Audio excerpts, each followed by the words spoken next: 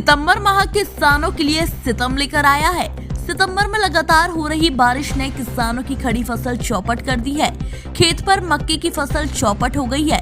मक्का दोबारा उगाने लगा है, धान भी जमीन पर गिर गई है, जिससे दोनों ही फसल खराब हो गई है। किसानों का कहना है कि जिला कलेक्टर राजस्व अमले से खेतों में जांच करवाई, इसके उपरांत उचित मुआवजा दिलाया जाए।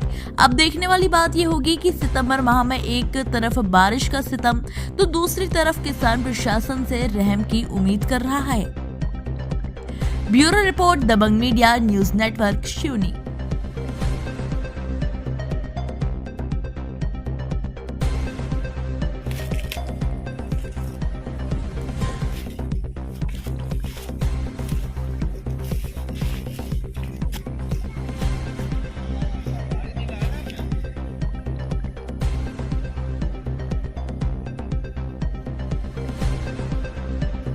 अधिक बारिश होने से भैया हमारी क्या है, क्षेत्र में मक्का और धान की खेती हुई है।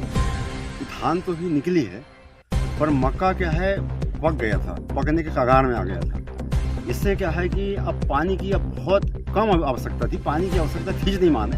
पर सितंबर माह में तो लगातार इतनी तेज बारिश हो रही है कि हमारे फसल की जो मक्के की जो फसल थी पूरी चौपट हो गई है, आड़ी हो गई, गिर गई है, जिससे मक्का सड़ रहा है। मैं आपको ये बता रहा हूँ नमूना, ये मक्का के हाल है, उगने लगा है और झाड़ के झाड़ पूरे हमारे खेत के खेत गिर गए हैं, पूरे हवा तूफान के कारण और अत्यधिक बारिश के कारण। और मक्का की फसल में तो बहुत ज़्यादा नुकसान है।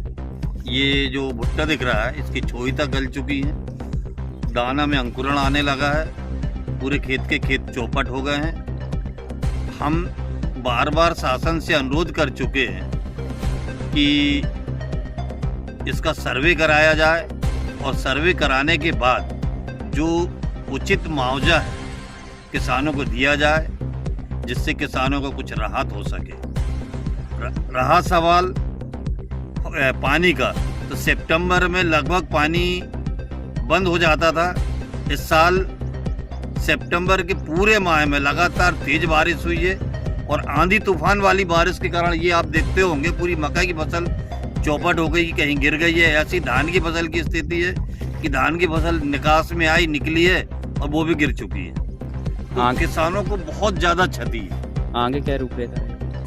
अब हम लोगों की ये रूपरेखा है कि कल पुनः एक किसानों का डेलीगेशन जाके कलेक्टर महोदय जी को सर्वे के लिए और मुआवजा के लिए मांग करेंगे, और यदि इस पर भी सुनवाई नहीं होती है तो फिर किसान उग्र आंदोलन करेगा अपने हक की लड़ाई के लिए।